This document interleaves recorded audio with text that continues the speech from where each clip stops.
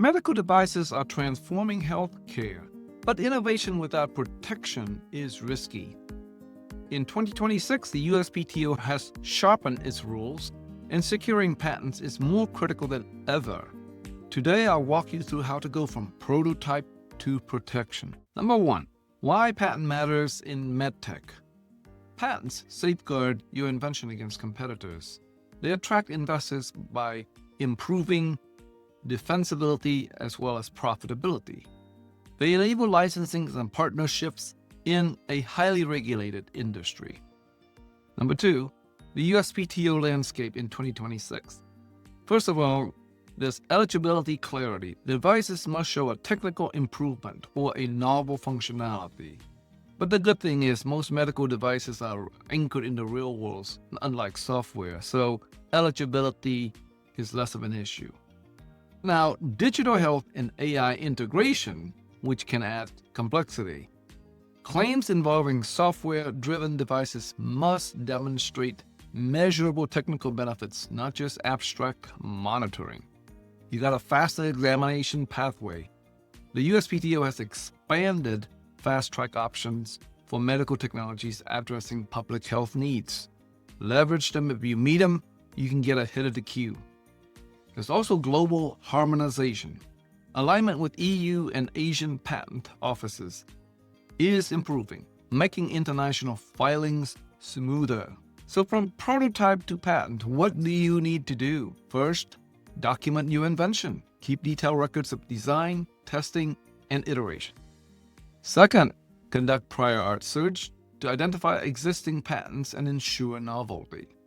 Third, technical improvement description. Highlight how your device improves patient outcomes, efficacy or safety, or how reliable it is. Draft strong claims. Avoid vague functional language. Focus on technical architecture, mechanisms, or algorithms. File strategically. Consider provisional application to secure early priority date.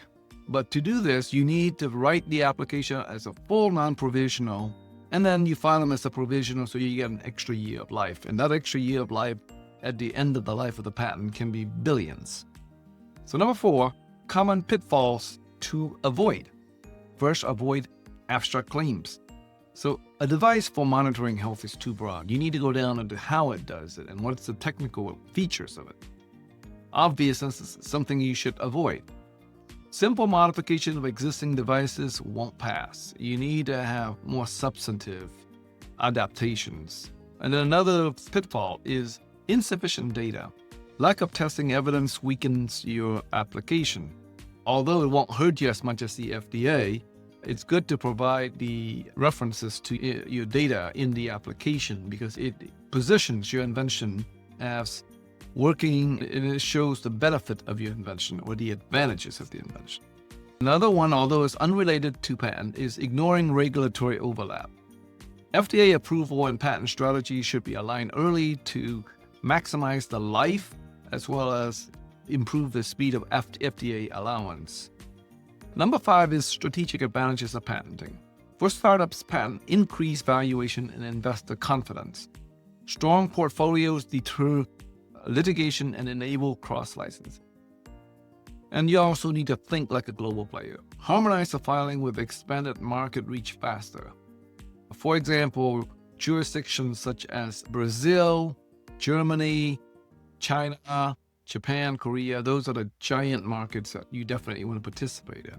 So in short, in 2026, protecting your medical device means more than filing paperwork. It's about framing your innovation as a technical leap forward with substantive technical advantages. From prototype to protection, the right patent strategy ensures that your invention saves lives, attracts capital, and withstands the competition. Patent PC is here to help you navigate every step. If you have any questions, call us at patentpc.com.